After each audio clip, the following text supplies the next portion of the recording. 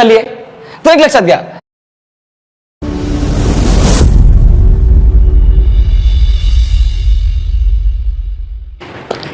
Welcome. बघा, पुढचं lecture start करण्याच्या आधी मी तुम्हाला काही सांगतो. दिवसभर खूप कॉल्स येत आहेत. जवळजवळ 2000+ लोकांनी आपला ॲप डाउनलोड केलेला आहे आणि कॉल्समध्ये भरपूर अशा इन्क्वायरी आहेत मुलांच्या की सर फीस खूप जास्त आहे, फीस कमी करा वगैरे. हे बघा, ऑनलाईनचे लेक्चर जर बघितलं तुम्ही यूट्यूब वगैरे, तर बरेचसे लोक तुम्हाला 1200 रुपये, 1300 रुपये, 500 रुपयामध्ये लेक्चर देत आहेत. ठीक आहे, पण माझं असं व्यक्तिगत मत आहे की हे जे 5000 रुपये मी घेतलेले आहेत त्याचं कारण एक आहे की तुम्हाला दुसरी ऑफलाईन बॅच करायची गरज नाही आहे. दुसरं, त्या सेम स्टँडर्डने मी तुम्हाला प्रोव्हाइड करतो जे मी ऑफलाईनला प्रोव्हाइड करतोय. तिसरं, यामध्ये सगळ्या गोष्टी मिळणार आहेत ज्या गोष्टी ऑफलाईनला असणार आहेत. म्हणजे असं मी एकही शॉर्टकट लेक्चर होणार नाहीये. नेक्स्ट, बघा, ह्या फी मध्ये मी 5000 रुपये फी का ठेवली, यामध्ये मॅक्झिमम गोष्टी अशा आहेत की काही प्लेयर्स आहेत की त्यांना मला ते द्यावे लागतात. जसं फॉर एक्झाम्पल ॲपवाले लोक आहेत, त्यानंतर कॅमेरामॅन आहे, त्यानंतर एडिटिंगवाला व्यक्ती आहे, त्यानंतर इंटरनेट आहे, त्यानंतर माझा टॅक्स आहे, त्या GST, या सगळ्या गोष्टी कट होऊन येत असतात. आणि काही लोक जर तुम्हाला फी कमी देत असतील तर ऑब्व्हियसली जेव्हा फी कमी असते मित्रांनो तेव्हा तिथे काहीतरी क्वालिटीचा क्वेश्चन मार्क असतो. ठीक आहे, तर ठीक आहे, तुम्ही ज्या लोकांनी बॅच आपली कंटिन्यू केलेली आहे त्यांना कधीही असं रिग्रेट होणार नाही की आम्ही पस्तावा केलेला आहे. अजिबात नाही. तुम्ही ट्रस्ट ठेवा. अगदी UPSC CDS लेवलचं सगळं इंग्लिश आपण घेणार आहोत. हे सुरुवात आहे अजून. Let me start. Okay bye, अजून रायटिंग आहे, टेस्ट सिरीज आहे, खूप काही होईल. तर तुमच्यात काही मित्रमंडळी असतील त्यांनी काही क्वेश्चन मार्क केला असेल की सपोज फीज वगैरे, तर त्यामध्ये काही कॉम्प्रोमाइज होणार नाहीये. त्याबद्दल मी क्षमस्व आहे. येस, क्वालिटीबद्दल तुम्हाला नाही कळलं मला फोन करा, मेसेज करा, मी तुम्हाला फोन करेल वाटल्यास. जोपर्यंत टॉपिक समजणार नाही तोपर्यंत आपण पुढे जाणार नाही. राहिला प्रश्न व्ह्यूचा, 3 व्ह्यूचे मी 4 व्ह्यू केलेले आहेत. डोंट वरी, तुम्हाला जर नाही कळलं अजून आपण मी अजून वाढवून देईल तुम्हाला, but don't bother about it. तुम्हाला 6 तास दिलेले मी 1 तासाच्या व्हिडिओला 6 तास तुम्ही बघू शकतायत. आपण ते करू, डोंट वरी अबाउट इट. ठीक आहे, ओके, मूव्ह ऑन. आपण मागचं लेक्चर शिकलो supporting verb as a main verb. Supporting as a main verb शिकलो आता आपण. आता काय शिकायचं आपल्याला पुढचं, तर पुढचं जे आहे ते स्ट्रक्चर पॅसिव्हचं शिकूया आपण, ऍक्टिव्ह पॅसिव्हचं. मग तुम्हाला ऍक्टिव्ह वाईज पॅसिव्ह शिकवतो का? अजिबात नाही. ऍक्टिव्ह पॅसिव्ह वाईज शिकवत नाहीये मी, ते चॅप्टरही नाही आहे, त्या चॅप्टरला वेळ आहे अजून. बेसिकचं लेक्चर आहे. बेसिकमध्ये काही गोष्टी आपल्याला माहिती पाहिजे त्या मी स्टार्ट करतोय. ठीक आहे, आता बघा, पहिली गोष्ट व्हॉइसचे 2 प्रकार पडतात, ऍक्टिव्ह आणि passive. Again I repeat, me active passive शिकत नाहीये, ते आपण नंतर शिकणार चॅप्टर. हे बेसिकचा एक पार्ट आहे, ऍक्टिव्ह आणि पॅसिव्ह. आता ऍक्टिव्ह पॅसिव्ह काय बरं, तुम्हाला एक गोष्ट माहिती आहे की वाक्याची सुरुवात कशाने होते? सब्जेक्टने होते. Clear? Subject plus verb plus object. मग आता एक लक्षात घ्या, एक वाक्य आहे, सपोज एक वाक्य आहे, हे सब्जेक्ट आहे, हा वर्ब आहे आणि हा ऑब्जेक्ट आहे. हे वाक्य आहे, या वाक्यामध्ये सुरुवात सब्जेक्ट झाली आहे. तर एक लक्षात घ्या, जर वाक्यातील क्रिया म्हणजे मेन वर्ब, जर मेन वर्बची क्रिया जर सब्जेक्ट करत असेल, जी क्रिया वाक्यातली जर सब्जेक्ट करतो आहे तो ऍक्टिव्ह असतो. ऍक्टिव्ह, आपल्या ते बरेचसे लोक ऍक्टिव्ह असतात जे रात्रभर फेसबुकवरती, तर ते ऍक्टिव्ह असतात, ते रात्रीभर कामं करत असतात, त्याला ऍक्टिव्ह. जर वाक्यातील क्रिया ऑब्जेक्ट करत असेल, हा मेन वर्बची क्रिया ऑब्जेक्ट करतोय, तर मग हा कोण आहे? सब्जेक्ट काम बसला, हा क्रिया करत नाहीये, मग झाला पॅसिव्ह. ऍक्टिव्ह कोण? वाक्यातली क्रिया जर सब्जेक्ट करतोय तर त्या सब्जेक्टला ऍक्टिव्ह म्हणतात. वाक्यातली क्रिया जर ऑब्जेक्ट करतोय तर त्याला पॅसिव्ह म्हणतात. म्हणजे जो क्रिया करतो तो ऍक्टिव्ह, जो क्रिया करत नाही तो पॅसिव्ह. म्हणजे आता मी तुम्हाला शिकवतोय, मी इथे ऍक्टिव्ह आहे, आणि जर मी रिकाम बसलो, तुम्ही मला शिकवायला लागले, तर मी पॅसिव्ह होईल. क्रिया करणारा असतो ऍक्टिव्ह, क्रिया न करणारा असतो पॅसिव्ह. त्यामुळे 2 प्रकारचे सब्जेक्ट असतात, 2 प्रकार असतात. एक ऍक्टिव्ह जो वाक्यातील क्रिया करतो, आणि एक पॅसिव्ह जो वाक्यातली क्रिया करत नाही. ते क्रिया कोण करतो? ऑब्जेक्ट करतो. क्लिअर? आता ऐका, आपण काय शिकलो आतापर्यंत? सपोर्टिंग वर्ब नुसार मेन वर्ब ठरतो. क्लिअर? म्हणजे ॲमिजर असेल तर V4, वॉजवेर असेल तर V4, डू डज डिड असेल तर V1, हॅव हॅज हॅड असेल तर V3, मॉडेल ऑक्झिलरी नंतर V1. हे शिकलो आपण. तर आता ऐका, ॲमिजर आणि वॉजवेर नंतर V4 येतो शिकलोय आपण. तर ऐका, आजचं पुढचं चॅप्टर आहे, V3 सुद्धा येतो. पण जेव्हा V3 येतो तर त्याचा अर्थ बदलतो. म्हणजे काय बघा, मी तर बघा, ॲमिजर नंतर V4 पण लिहिलाय, ॲमिजर नंतर V3 पण लिहिलाय. सेम थिंग वॉजवेर नंतर V3 पण लिहिलाय, वॉजवेर नंतर V4 पण लिहिलाय. मग जेव्हा ॲमिजर नंतर V4 येईल त्याचा अर्थ वेगळा, जेव्हा V3 येईल त्याचा अर्थ वेगळा. करताय? आणि दोघांचा अर्थ आपल्याला आताच कळला पाहिजे, तेव्हा आपल्याला पुढे कळेल सगळं ग्रामर. म्हणून आपण काय करूया बघा आता, तर ॲमिजर नंतर जर V3 आला, ॲमिजर नंतर V4 आला तर काय? एक शॉर्टकट सांगतो. हे बघा, ॲमिजर नंतर V3 येतो, V4 येतो, हे आज सांगतो मी तुम्हाला. आतापर्यंत आपण V4 शिकत होतो, V3 सुद्धा येतो. तर बघा, जर एम इज आर, जर ॲमिजर नंतर V4 आला तर लक्षात घ्या, V4 जो आपण शिकलो आहे तर तो क्रिया करतो सब्जेक्ट, म्हणजे असतो तो ऍक्टिव्ह. बघा, ऍक्टिव्ह म्हणजे काय? ऍक्टिव्ह म्हणजे काय की जो वाक्यातला सब्जेक्ट जर क्रिया करत असेल तर तो ऍक्टिव्ह असतो, आणि जर ऑब्जेक्ट करत असेल तर पॅसिव्ह असतो. मग ॲमिजर नंतर जर V4 आला तर हे क्रिया सब्जेक्ट करतो, म्हणजे तो ऍक्टिव्ह असतो.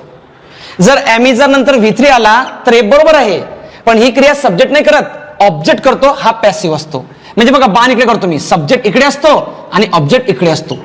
म्हणजे जर एमिजर नंतर V4 लिहिला तर ही क्रिया सब्जेक्ट करेल वाक्यातलं, आणि जर मी एमिजर नंतर V3 लिहिला तर ही क्रिया ऑब्जेक्ट करेल, सब्जेक्ट करणार नाही. तर याला म्हणणार मी ऍक्टिव्ह आणि याला म्हणणार मी पॅसिव्ह. ठीक आहे, ऍक्टिव्ह पॅसिव्ह नाही लक्षात राहते चालेल, सोडून ऍक्टिव्ह पॅसिव्ह. फक्त एक फोकस करा, एमिजर नंतर कुठला वर्ब येतो, V4 V3 दोन्ही करेक्ट आहे, अर्थ वेगळे आहेत. काय फरक आहे, V4 आला तर क्रिया सब्जेक्ट करतो, V3 आला तर क्रिया ऑब्जेक्ट करतो. अर्थामध्ये काही फरक यस आहे. या इकडे हे बघा, मी इथे वॉचचे वाक्य लिहिले, इथे एम चे लिहिले, इथे इच लिहिले, इथे आर चे लिहिले आहे, एमिजर वॉज वेअर. आता इथे मी मराठी अर्थ लिहिले आहेत. जर V3 आला तर ऑब्जेक्टने क्रिया केलेली आहे पॅसिव्ह, जर V4 आला क्रिया सब्जेक्ट करत आहे ऍक्टिव्ह, वॉज वेअर आला तर ऑब्जेक्टने क्रिया केलेली होती, हा पास्ट टेन्स आहे होती, आणि हा पास्ट टेन्स आहे, याच्यामध्ये सब्जेक्ट क्रिया करत होता. आज सगळी खिचडी काय आहे तर बघा, इथं अगदी सोपे दोन वाक्य लिहितो. ठीक आहे, इयत्ता पहिलीचे आपण वाक्य लिहू समजण्यासाठी, नंतर या वाक्यांकडे येऊ आपण. बघा फक्त लक्ष द्या, पहिलं वाक्य लिहितो मी. इयत्ता पहिलीचं वाक्य असं आहे की शी इज हेल्पिंग. ठीक आहे, एवढं लिहितोय फक्त, बरोबर आहे वाक्य. आणि शी इज हेल्प्ड, हे बरोबर आहे. फक्त समजण्यासाठी आता बघा यात काय, पहिल्या वाक्यामध्ये मी काय केलंय, पहिल्या वाक्यामध्ये मी इज नंतर V4 घेतलाय आणि दुसऱ्या वाक्यामध्ये मी इज नंतर V3 घेतलाय. दोन्ही करेक्ट आहे, ते समजून घ्या, दोन्ही करेक्ट आहे. म्हणजे पहिलं आपल्या आजच्या लेक्चरचे अंडरस्टँडिंग काय, एमिजर नंतर V4 येतो, V3 सुद्धा येतो, वॉजवेअर नंतर V4 येतो, V3 सुद्धा येतो. क्लिअर एवढं. आता ऐका, दोघांमध्ये काय फरक आहे, दोघांमध्ये जमीन आसमानाचा फरक आहे. अर्थातही बदल आहे आणि यूज मध्ये पण बदल आहे, वापरमध्ये.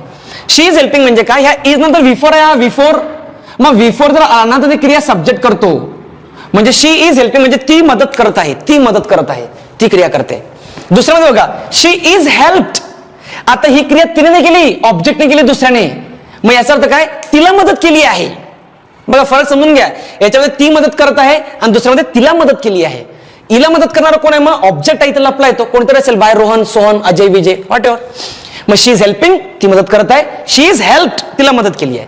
मग यामध्ये क्रिया करणारा सब्जेक्ट आहे, जो क्रिया करतो त्याला ऍक्टिव्ह म्हणतात, आणि यामध्ये क्रिया करतोय ऑब्जेक्ट, जर वाक्यातला सब्जेक्ट क्रिया करत नाही तर त्याला पॅसिव्ह म्हणतात.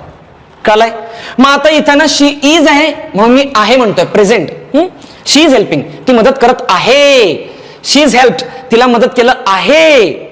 आता इथं जर मी सपोज इजच्या ऐवजी वॉज लिहिलं तर करेक्टच आहे. She was helping and she was helped, was नंतर V4 नंतर V3 पण येतो. आता तो V4 काय, ती मदत करत होती, पास्ट टेन्स होती, ती क्रिया करत होती, फक्त पास्ट आहे, इज प्रेझेंट होता.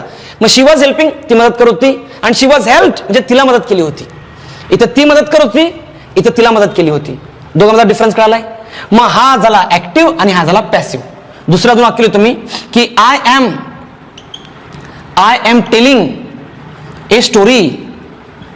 ठीक आहे, I am telling a story आणि I am told a story. I am told a story, दोघांमध्ये काय फरक आहे. पहिली गोष्ट, दोन्ही करेक्ट आहेत. एम नंतर V3, एम नंतर V4 बोथ आर करेक्ट. अर्थ बदल काय आहे, I am telling a story, मी कथा सांगत आहे, मी सांगतोय, मी बोलतोय तोंडाने, मी क्रिया करतोय, मग हा सब्जेक्ट क्रिया करतो आहे, ऍक्टिव्ह आहे, हा V4 आहे तो.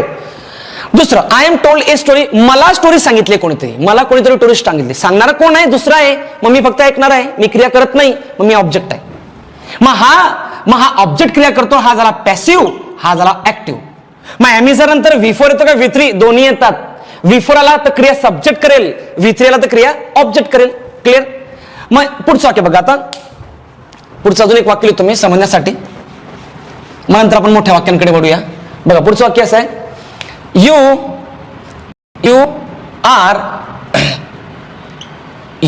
R punished.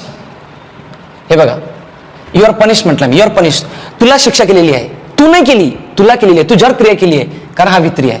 हे बघा, ही इज अरेस्टेड, त्याला अरेस्ट केलेला आहे. शी इज किल्ड, तिला ठार केलेला आहे. बघा मी सगळ्यामध्ये V3 वापरले, V3 म्हणजे क्रिया ऑब्जेक्ट करतो आहे आणि सब्जेक्टवरती क्रिया झाली आहे. यू आर पनिश्ड, तुला शिक्षा केलेली आहे. ही इज अरेस्टेड, त्याला अरेस्ट केलेला आहे. शी इज किल्ड, तिला ठार मारलेला आहे. यांनी क्रिया नाही केल्या, यांच्यावर क्रिया झाल्या. मग आता मी असं म्हणेल तुम्हाला की you are guided well for English language. तुम्हाला व्यवस्थित गाईड करण्यात आलेलं आहे, तुम्हाला केलेलं आहे गाईड. आर नंतर V3. मग अमेझॉन नंतर V3 करेक्ट आहे, अमेझॉन नंतर V4 करेक्ट आहे. अर्थ बदला आहे. बदलला कसा अर्थ? जर V4 असेल तर क्रिया सब्जेक्ट करतो, जर V3 असेल तर क्रिया ऑब्जेक्ट करतो. ठीक आहे. मग आता इथं बघा मी लिहिलंय अमेझॉन वॉज वेअर. इथं फक्त मी अमेझॉनला आहे लिहिलंय कारण हे प्रेझेंट वाले आहे. इथं वॉज वेअरला मी होते लिहिलंय कारण हे पास्ट वाले आहे. मी बघा जर V3 आला अमेझॉन नंतर तर ऑब्जेक्टने क्रिया केली आहे, पॅसिव्ह आहे, बरोबर का V3. जर V4 आला तर सब्जेक्ट क्रिया करत आहे, ऍक्टिव्ह आहे. ठीक आहे. इथं बघा सेम थिंग, V3 आला वॉज वेअर नंतर ऑब्जेक्टने क्रिया केली होती, पॅसिव्ह, आणि इथं V4 आला सब्जेक्ट क्रिया करत होता, ऍक्टिव्ह. कळालाय फरक? मग मी आता का शिकवतोय? कारण आपण जेव्हा टेन्स चालू करू आणि जेव्हा मी क्वेश्चन पेपरचं पहिलं वाक्य घेईल, कंबाईनचं घेईल, PSI STR आदेश जेही वाक्य घेईल, फॉरेस्ट वाले आहेत त्यानंतर ऍग्रीचं घेईल, तर तुम्हाला कळलं पाहिजे अर्थ काय याचा. आणि तुम्हाला हे माहिती राहील फक्त की अमेझॉन V4 येतो, V3 येतो, अर्थ बदलतो. क्लिअर एवढं? मग याचा तुम्हाला गंध लागला, हे तुम्हाला कळलं की क्वेश्चन पेपर मधील वाक्य लगेच कळतात. क्लिअर? मग आता बघा इथं the boy was arrested last night. बघा आता द बॉय वॉज अरेस्टेड म्हटलंय मी, इथं अरेस्टेड हा V3 आहे. क्लिअर? आणि वॉज नंतर V3 वापरला मी. वॉज नंतर V3 आहे म्हणजे क्रिया कोण करेल? ऑब्जेक्ट करेल, सब्जेक्ट नाही करणार. The boy was arrested last night. त्या मुलाला काल रात्री अरेस्ट करण्यात आली होती. मुलाने अरेस्ट नाही केलं होतं, मुलाला अरेस्ट करण्यात आलं होतं. तुम्ही जर गडबड केली ना आता रायटिंग मध्ये, हे बघा आता रायटिंगचं काय असतं, तुम्ही जर ऍक्टिव्हचं पॅसिव्ह ऍक्टिव्ह केलं तर एवढी गडबड होईल की तुम्ही जजला फाशीवर सोडून टाकणार. जज जो ऍक्च्युअली शिक्षा देतो म्हणजे उलट होऊन जाते. ऍक्टिव्ह पॅसिव्हचा सेन्स पाहिजे रायटिंग करण्यासाठी आणि इंग्लिश समजण्यासाठी. इथं जर मी अरेस्टिंग करून टाकलं V4 तर तो बॉय अरेस्ट करत होता काल रात्री कोणाला? पोलिसांना. हे उलट होईल. म्हणून क्रिया कोण करताय, कोणावर क्रिया होते ना, याचा सेन्स माहिती पाहिजे. म्हणून सांगतो V3 आला तर क्रिया ऑब्जेक्ट, V4 आला तर क्रिया सब्जेक्ट. जो क्रिया करतो सब्जेक्ट त्याला ऍक्टिव्ह म्हणतात, जर क्रिया करत नाही सब्जेक्ट तरी काम आहे, मग पॅसिव्ह आहे तो. मग इथं बघा the boy was arrested last night, त्याला पकडण्यात आलं होतं त्या मुलाला. मग इथं आपण काय करूया? हा पॅसिव्ह आहे.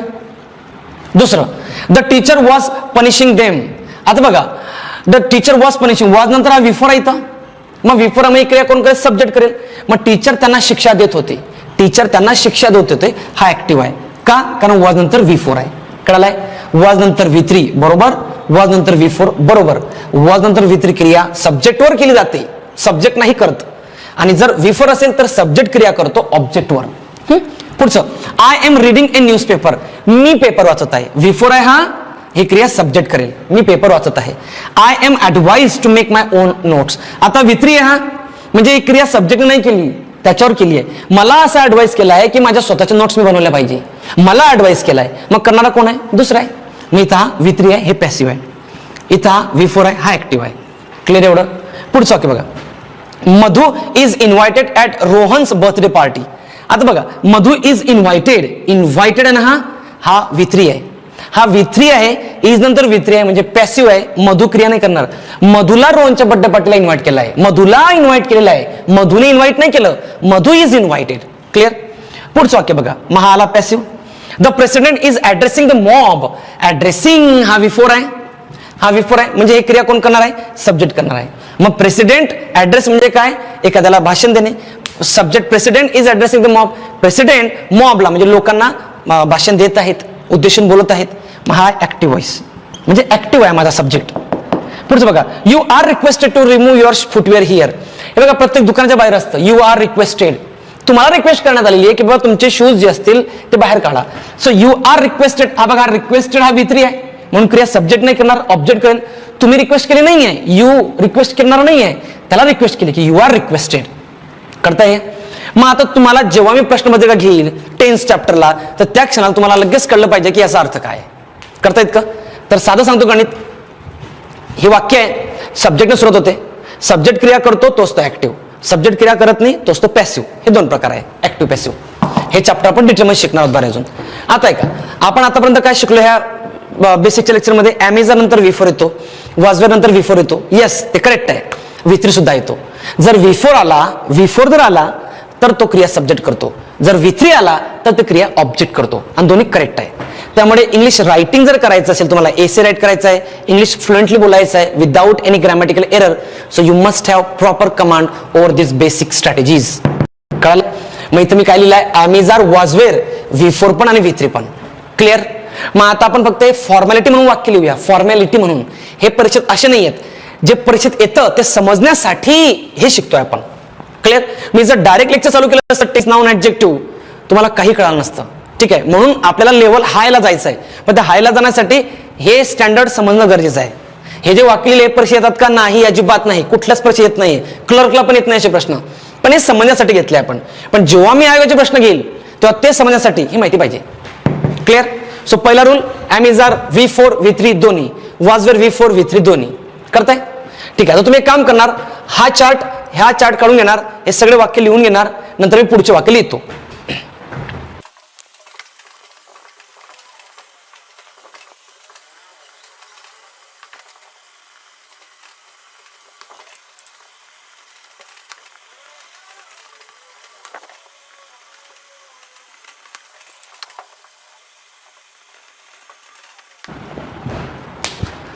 आता बघा, मी पुढचे वाक्य लिहिले आहेत, अजून पुन्हा एकदा सांगतो मी समजण्यासाठी. बघा, India is threaten over Kashmir issue. बघा आता इथं V3 आहे, हा V3 आहे. ठीक आहे. माय प्रिन्सिपल वॉज गिवन, पुन्हा हा V3 आहे बघा. ठीक आहे. शी वॉज रनिंग, हा V4 आहे, V4. ठीक आहे. पुढचा दे आर लुकिंग, हा पुन्हा V4 आहे, लुकिंग. आस्क्ड, हा V3 आहे, हा V3 आहे, हा V4 आहे. त्यानंतर इन्फॉर्म्ड, हा V3 आहे. आता कसं ओळखायचं आहे? ॲमेझार वॉज वेअर फक्त प्रेझेंट आणि पास्ट आहे. V4 आला क्रिया सब्जेक्ट करतोय, V3 आला क्रिया ऑब्जेक्ट करतोय. म्हणजे बघा, India is threaten over Kashmir issue. भारताला धमकी दिली गेली आहे कशावरती? काश्मीर इश्यूशी रिलेटेड. म्हणजे काश्मीर इश्यूशी रिलेटेड भारताला धमकी देण्यात आलेली आहे. देणारे कोणा? दररोज कोणी कोणी असतात, संघटना देत असतात. आता इथं भारताने धमकी नाही दिली, भारताला धमकी देण्यात आलेली आहे काश्मीर इश्यूवरती. आता इथं जर ज्याला रायटिंगचा सेन्स नाही त्याने जर थ्रेटनिंग करून टाकलं, इथं जर V4 केलं, त्याचा अर्थ काय होईल बघा. आता पूर्ण कोलॅप्स येईल ते, की भारत धमकी देत आहे काश्मीर इश्यूवरती. कोणाला? चायनाला, पाकिस्तानला, फ्रान्सला. म्हणजे हा असा वाक्याचा कम्प्लीट अर्थ बदलतो. म्हणून तुम्ही लिहिताना ना तुम्हाला सेन्स पाहिजे की V3 लिहू का V4 लिहू, काय लिहायचंय मला, माझ्या डोक्यात काय चाललंय. किंवा राज्यसेवेला बघा ट्रान्सलेशन येतं मराठी टू इंग्लिश आणि इंग्लिश टू मराठी 15-15 मार्काला. तर ते तुम्ही लिहिताना तो सेन्स पाहिजे की मला इथं V3 लिहायचा का V4, म्हणजे क्रिया सब्जेक्ट करतोय की ऑब्जेक्ट क्रिया करतोय, म्हणजे वाक्य वाचल्यानंतर कळतं आपल्याला ते. दुसरं बघा, आता हा पॅसिव्ह वॉइस आहे. ठीक आहे. दुसरं वाक्य बघा, the principal was given, my principal was given an award for his social work. My principal was given passive आहे, हा पुन्हा ऑब्जेक्ट क्रिया. म्हणजे माझ्या प्रिन्सिपलला अवॉर्ड देण्यात आला होता त्यांच्या सामाजिक कार्यासाठी. त्यांनी, आणि जर तुम्ही गिव्हिंग केलं तर म्हणजे तो होईल की ते देत होते अवॉर्ड, म्हणजे अर्थ कम्प्लिटली चेंज होतो. म्हणून इथे हे पण पॅसिव्ह आहे. माझ्या प्रिन्सिपलला अवॉर्ड देण्यात आला होता त्यांच्या सामाजिक कार्यासाठी. पुढचं वाक्य बघा, शी वॉज रनिंग बिहाइंड ए बस. आता V4 आहे ना, V4 आहे म्हणजे क्रिया कोण करेल? सब्जेक्ट करेल. मग शी वॉज रनिंग बिहाइंड ए बस, ती क्रिया करत होती, ती बसच्या मागे धावत होती. वॉज आहे पास्ट टेन्स, ती बसच्या मागे धावत होती. मग क्रिया ती करते, सब्जेक्ट. मग हा ऍक्टिव्ह आहे माझा. क्लिअर? पुढचं वाक्य बघा, they are looking forward to get a government job.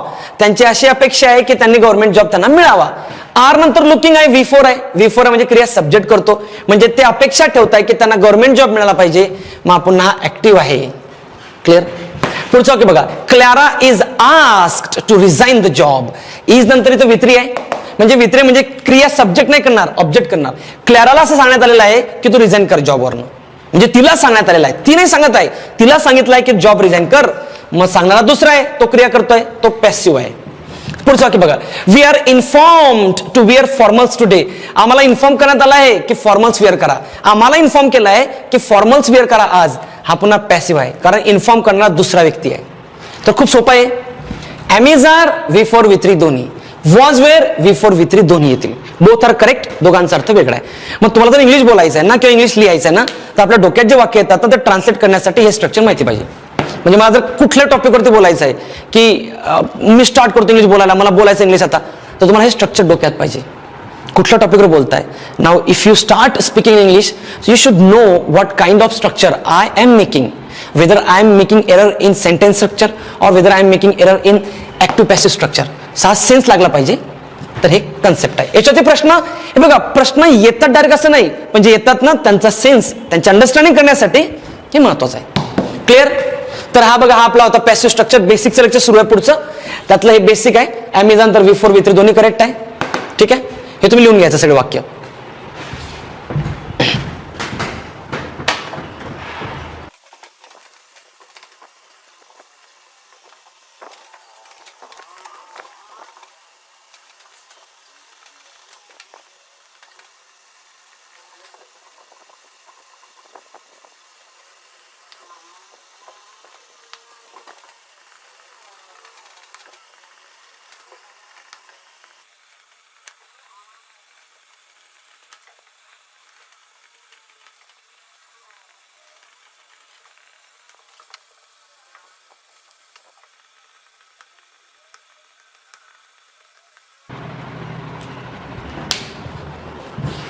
बघा आता 2 नंबरचा पॉईंट आहे आपला. जो पहिला होता ॲमिझार वॉज वेअर V3 V4 संपलाय. आता पुढचा पॉईंट काय आहे? ॲमिझार वॉज वेअर V3 जा इथं फक्त मी दोघांमध्ये एक शब्द ऍड केला, बीइंग. बीइंग ऍड केला, बीइंग. आता बघा, पॅसिव्ह म्हणजे काय? व्यवस्थित आहे का? पॅसिव्ह म्हणजे सब्जेक्ट क्रिया नाही करत, ऑब्जेक्ट करतो. आता एक लक्षात घ्या, जर एक शिक्षक आहे आणि एका शिक्षकाने एका विद्यार्थ्याला मारलं, याला मारलं, मग आता क्रिया विद्यार्थ्यावर झाली शिक्षकाकडून. मग आपण असं म्हणू की याला मारलं, याच्यावर क्रिया झाली आहे, पॅसिव्ह आहे. त्याला मारलं, तिला मारलं. पण लक्षात घ्या, पॅसिव्हची क्रिया ना जेव्हा सुरू असते ना तेव्हा फक्त बीइंगचा वापर करतात. म्हणजे कसं? आता एखाद्या शिक्षकाने एखाद्याला मारलं, क्रिया संपली, पॅसिव्ह आहे ते. पण जर त्याला ते मारत असतील तर पॅसिव्ह असतं, फक्त ते क्रिया सुरू असते. त्यासाठी आपण फक्त बीइंग ऍड करतो यामध्ये. म्हणजे काय बरं? एकदम सोपं सांगतो मी. आपण एक एक्झाम्पल देऊया. बघा, मी प्रत्येक बॅचला एक्झाम्पल देतो. रस्त्यावरून तुम्ही चाललात, एका मुलाला मारतात. जस्ट इमॅजिन करा, एका मुलाला 2-3 मुली मारतायत. मग त्याला मारतायत तर तुम्ही समोर बघतायत ना, हे पॅसिव्ह व्हायचं वाक्य आहे की त्याला मारलं जात आहे, क्रिया सुरू आहे. त्या मारून निघून गेल्या, त्याला मारलं, आता संपली क्रिया. मग तुम्ही दुसऱ्या दिवशी काय म्हणणार? त्याला मारत होते. ठीक आहे, हाच आता याला मारलं होतं. म्हणजे काय? पॅसिव्ह मध्ये जर एखादी क्रिया सुरू असेल तर V3 येईल. फक्त तुम्हाला एक शब्द ऍड करायचा, बीइंग. बीइंग म्हणजे कसं की 2 चोर आहे आणि त्यांना पोलीस पकडून घेऊन गेले, हे पॅसिव्ह व्हायचं, संपलं. पण प्रत्यक्षदर्शी जर तुम्हाला पोलीस आणि ते चोर दिसत आहेत आणि त्यांना ते पकडत आहेत, तर हे क्रिया बीइंग मध्ये येईल. म्हणजे कसं? The 2 thieves are being caught. त्यांना पकडलं जात आहे, त्यांना मारलं जात आहे, त्यांना उपदेश दिला जात आहे, त्यांना शिकवलं जात आहे, त्यांना माहिती दिली जात आहे. ही क्रिया सुरू आहे. म्हणून काय करायचं? तुम्हाला V3 येईलच ॲमिझार वॉज नंतर, फक्त एक शब्द येईल, बीइंग. मग आता आपण असं म्हणूया, आम्हाला लहानपणी मारलं जात होतं, मग we were being beaten up. आम्हाला लहानपणी गोष्टी सांगितल्या जात होत्या. We were being told stories. आम्हाला सांगितल्या जात होत्या. ज्या क्रिया पॅसिव्ह मध्ये सुरू असतात ना, फक्त एक शब्द ऍड करायचा, बीइंग. बीइंग कसं आहे बघा, एक एक्झाम्पल आहे. हे बघा, a boy is being beaten up. आता इथं बीइंग लावला मी, हा बीइंग जोडलाय. आणि दुसऱ्या वाक्यात बघा, तेच वाक्य, सेम वाक्य, a boy is beaten up. आणि इथं पण boy is being beaten up, फक्त त्याच्यात बीइंग शब्द ऍड केलाय. दोघेही पॅसिव्ह आहे, म्हणजे ऑब्जेक्ट क्रिया करतोय. फरक काय दोघांमध्ये? A boy is being beaten up आणि a boy is beaten up काय? पहिल्या वाक्यात क्रिया सुरू आहे, ING बीइंग, म्हणजे त्या मुलाला मारलं जात आहे, तुमच्या समोर घडतंय त्याने. दुसऱ्या वाक्यामध्ये बॉय इज बिटन अप, त्याला मारलं आहे, क्रिया सुरू नाही आहे, आता संपली आहे, प्रेझेंट मध्ये करताय. जसं आता लेक्चर सुरू आहे तुमचं, तुम्हाला शिकवलं जात आहे, बीइंग आहे. लेक्चर बंद झालं, तुम्हाला शिकवलं आहे, करताय. मग आता हेच जर मी वॉज, इथं बघा, वॉज बीइंग केलं आणि वॉज केलं तर काय फरक आहे? A boy was being it, त्याला मारलं जात होतं. ठीक आहे. आणि a boy was beaten up, त्याला मारलं होतं. म्हणजे बीइंग म्हणजेच काय? पॅसिव्हच. फक्त फरक आहे की ती क्रिया सुरू असते. आम्हाला शिकवलं जात आहे, आम्हाला सांगितलं जात आहे, आम्हाला माहिती दिली जात आहे, आम्हाला घाबरवलं जात आहे, आम्हाला मिस इन्फॉर्म केलं जात आहे, बीइंग. आणि जर ते केलं, संपली क्रिया, बीइंग काढून टाकायचा. करताय. मग मी एक एक्झाम्पल देतो बघा, या मुलाचं खूप सुंदर एक्झाम्पल, तुम्हाला कळेल. एक मुलगा आहे, त्याला रस्त्यावरती 3-4 मुली मारतायत. मग तुम्ही बघत आहात, मग तुम्ही करणार, हा a boy is being beaten up, एका मुलाला मारलं जात आहे. त्या मुली निघून गेल्या, मग तो मुलगा आहे, आता तुम्ही बीइंग काढून टाकणार. अरे याला मारलाय बघा, a boy is beaten up झालंय. मग आता तुम्ही जाणार मित्रांकडे भेटायला, मग त्यांना तुम्ही सांगणार तिथं त्या मुलाला मारत होते, त्या मुलाला मारत होते, वॉज बीइंग, वेअर बीइंग झालंय. तो मुलगा तुम्हाला 2-3 दिवसानंतर दिसणार, अरे हा याला मारलं होतं, वॉज बिटन. म्हणजे passive wise am is are V3 passive आहे, वॉज वर V3 पॅसिव्ह आहे. जर मी बिंग शब्द ऍड केला तर बिंग फक्त काय होईल, पॅसिव्हच राहील, फक्त ती क्रिया कंप्लीट नाही होणार, ती क्रिया सुरू आहे असा उल्लेख होतो. मग याच्यात बघा am is are being plus V3 passive, object कडून क्रिया केली जात आहे, सुरू आहे ही. आणि बघा was were being plus V3 passive, पुन्हा ऑब्जेक्ट कडून क्रिया केली जात होती, पास्ट टेन्स. क्लिअर एवढं. मग आता बघा इथं पहिलं वाक्य, a stranger is being interrogated. A stranger म्हणजे अनोळखी व्यक्ती, इज नंतर बिंग लावला, बिंग नंतर V3 आहे, V3 येतं, बिंग नंतर V3 आहे, म्हणजे काय, ही क्रिया सुरू आहे. मग क्रिया कोण करतोय, इज नंतर V3 आला, हे बघा इज नंतर V3 आहे पहिली गोष्ट, म्हणजे क्रिया ऑब्जेक्ट करतोय, ऑब्जेक्ट कडून. इंट्रोगेटेड म्हणजे काय, चौकशी करणे. मग स्ट्रेंजर कोण, अ स्ट्रेंजर म्हणजे अनोळखी व्यक्ती, मग एका अनोळखी व्यक्तीची चौकशी केली जात आहे, बिंग आहे, त्याची चौकशी केली जात आहे. कोण आहे हा, कोणाच्याकडे आला, कोणाच्या घरी आला. या केसमध्ये जर तुम्ही बिंग काढून टाकला तर ही क्रिया सुरू नाही, आता त्याची चौकशी केली, संपलं ते. बिंग जर काढला पॅसिव्हच राहील, त्याची चौकशी केली आहे, त्या अनोळखी व्यक्तीची चौकशी केलेली आहे. पण जर बिंग ऍड केला त्याची चौकशी केली जात आहे. करताय. जसं आपल्याला कोरोना काळामध्ये सरकार घरात बसवायला सांगत आहे, क्रिया सुरू आहे. We are being inform to sit home, don't go out because corona is there, असं वाक्य म्हणू शकतो आपण. So is being interrogated passive voice आहे आणि ती क्रिया सुरू आहे. इज प्लस V3 आहे, फक्त बिंग ऍड केलाय. दुसरं, I am being question at bus stop. I am being, am नंतर V3 क्वेश्चन म्हणजे प्रश्न विचारले झाले, प्रश्न विचारला गेलाय, आणि बिंग ही क्रिया सुरू आहे. I am being question at bus stop म्हणजे काय, मला बस स्टॉपला प्रश्न विचारले जात आहे.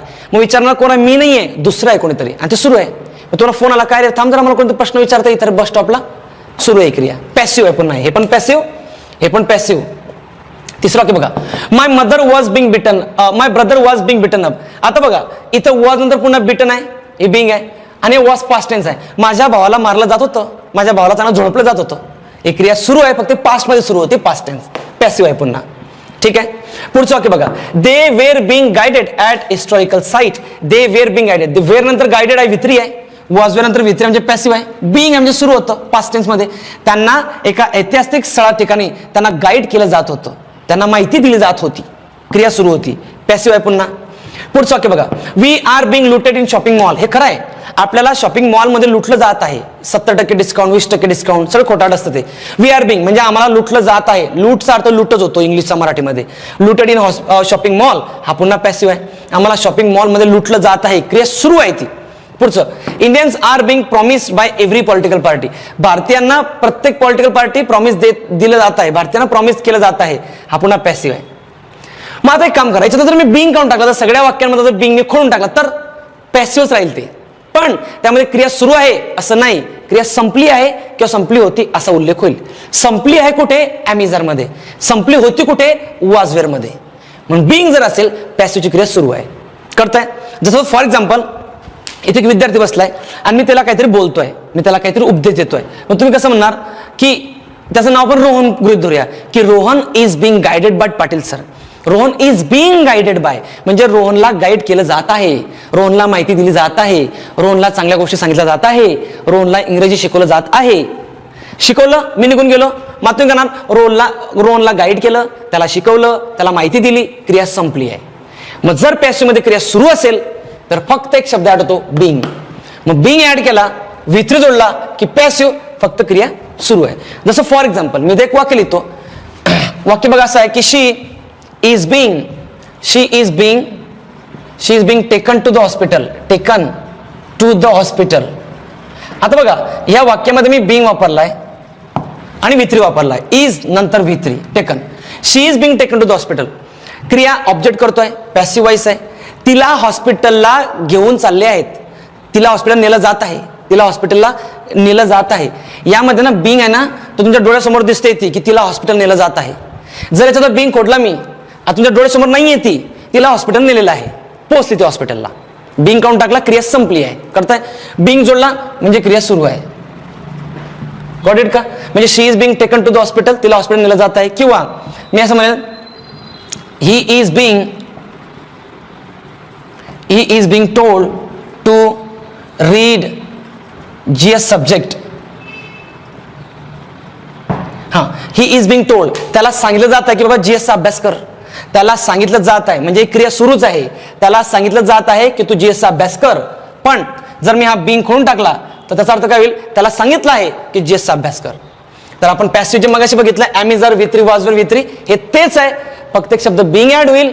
तो ऍड झाला की काय अर्थ होतो? पॅसिव्हच राहील, फक्त ती क्रिया सुरू आहे. करताय बिंगचा अर्थ. हा बिंग आपल्याला परीक्षेत येतो.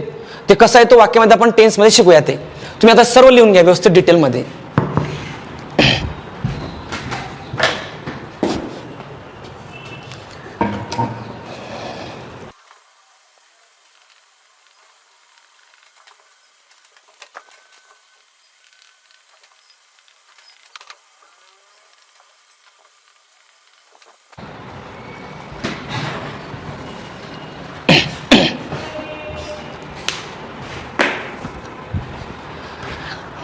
आता पुढचा पॉइंट आपला, आपण पॅसिव्ह स्ट्रक्चर ऍक्टिव्ह स्ट्रक्चर शिकतोय. आपण शिकलो की आधी एमिजार plus V3 V4, एमिजार वॉजवेअर V3 V4, त्यानंतर एमिजार वॉजवेअर बिंग प्लस V3 V4. आता शेवटचा मॉडल ऑक्झिलरी बघा. आता पहिली गोष्ट आपण बेसिक मध्ये शिकत चाललो आहे की मॉडल ऑक्झिलरी नंतर कुठला वर्ब येतो? V1. हे माहिती आपल्याला. कॅन नंतर V1, कुड नंतर V1, वुड नंतर V1, शुड नंतर V1, V1 येतो. माहित आहे का?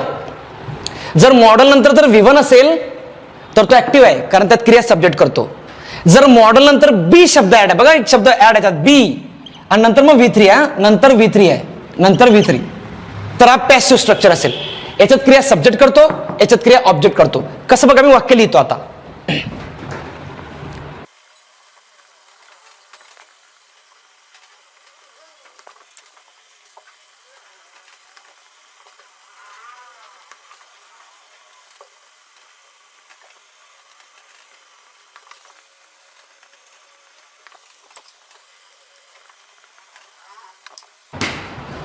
हे बघा आता, मॉडल ऑक्झिलरी नंतर V1 येतो. तर एक लक्षात घ्या, can go, will go, shall go, should go, must go. V1 आले, क्रिया सब्जेक्ट करतो म्हणजे तो ऍक्टिव्ह आहे. आय विल डान्स, आय क्रिया करतोय. She will dance, he will dance, या सगळ्यात सब्जेक्ट क्रिया करतोय. पण जर B प्लस V3 आलं, I will be given, she will be asked, they will be arrested. जर B नंतर V3 आला, डायरेक्ट V3 येणार नाही मॉडल नंतर, आधी B नंतर V3, हे पॅसिव्ह आहे. यामध्ये क्रिया कोण करतो? ऑब्जेक्ट करतो. कसं आहे बघा आता. पहिलं वाक्य, I will add up this figures for you. I will add up. आता विल नंतर डायरेक्ट V1 आहे. V1 आहे. ऍडअप ही फ्रेझल वर्ब आहे. फ्रेझल वर्ब काय आहे ते शिकूया आपण नंतर. हे ऍडअप हा V1 आहे. तर मॉडल नंतर V1 आला म्हणजे क्रिया सब्जेक्ट करतोय. मी या ज्या फिगर्स आहेत तुझ्यासाठी ऍड करून देईल, म्हणजे काहीतरी लिखाफडीचं काम असेल, मी तुझ्यासाठी ऍड करून देईल. हे ऍडची क्रिया सब्जेक्ट करतोय. मॉडल नंतर V1 आहे. ऍक्टिव्ह, हा ऍक्टिव्ह आहे. दुसरं बघा, I will be promoted for my outstanding performance. I will be promoted. आता बी नंतर V3 आला इथं, मॉडल B प्लस V3, म्हणजे क्रिया आता सब्जेक्ट नाही करणार, ऑब्जेक्ट करेल. आय विल बी प्रमोटेड म्हणजे मला प्रमोट केलं जाईल माझ्या आउटस्टँडिंग परफॉर्मन्स साठी. हा माझा पॅसिव्ह व्हॉइस आहे. आय विल बी प्रमोटेड, मला प्रमोट केलं जाईल. तिसरं वाक्य बघा, he may arrive tomorrow from the UK.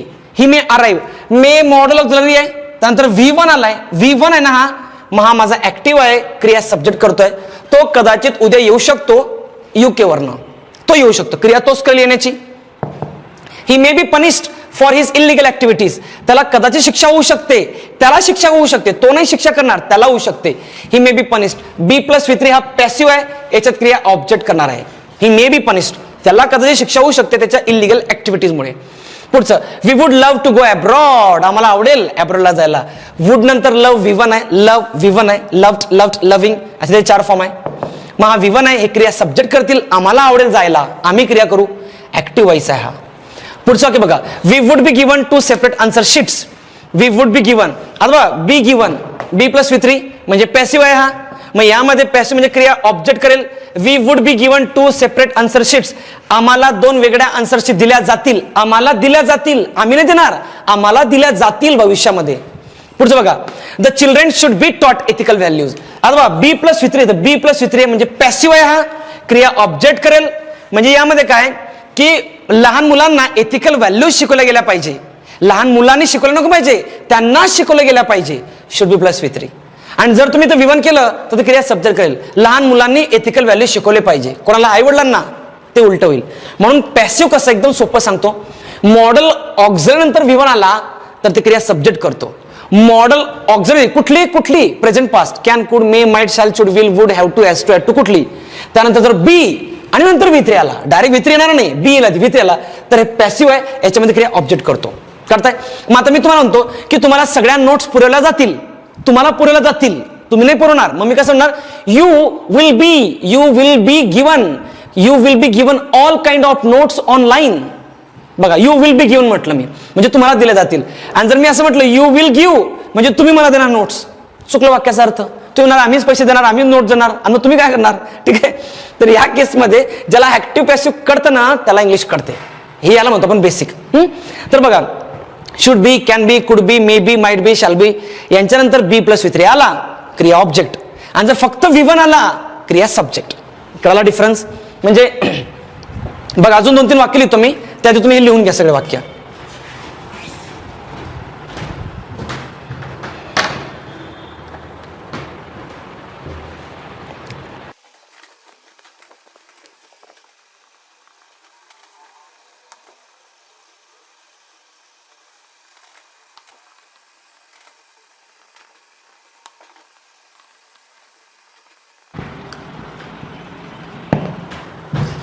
बघा, आता हे वाक्य लिहिलेत मी, ह्या 4 वाक्यांमध्ये बघा.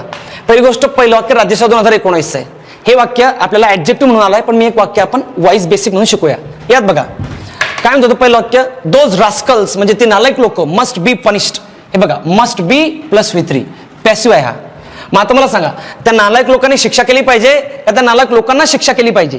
म्हणजे त्यांनी शिक्षा केली पाहिजे का त्यांच्यावर शिक्षा केली पाहिजे? तर त्यांच्यावर केली पाहिजे.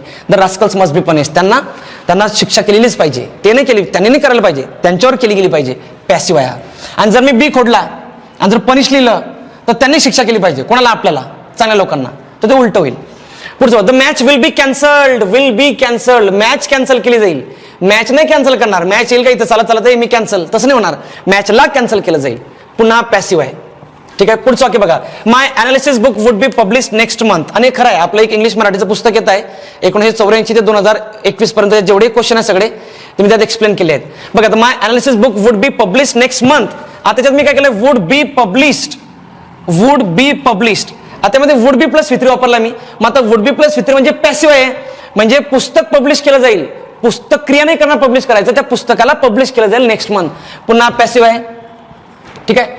पुढचं वाक्य बघा, taxes have to be paid. बघा, हॅव टू हा आपला मॉडल ऑक्झिलरी आहे. Have to, has to, had to. पहिल्या लेक्चर मध्ये सांगितलं मी तुम्हाला, have to, has to, had to modal auxiliary आहे. मग त्याच्यानंतर मी B+V3 लिहिला फक्त. बघा, पेड, B+V3. मग पुन्हा passive, taxes have to be paid before 31 March. म्हणजे टॅक्सेस पे केले गेले पाहिजे 31 मार्चच्या आधी.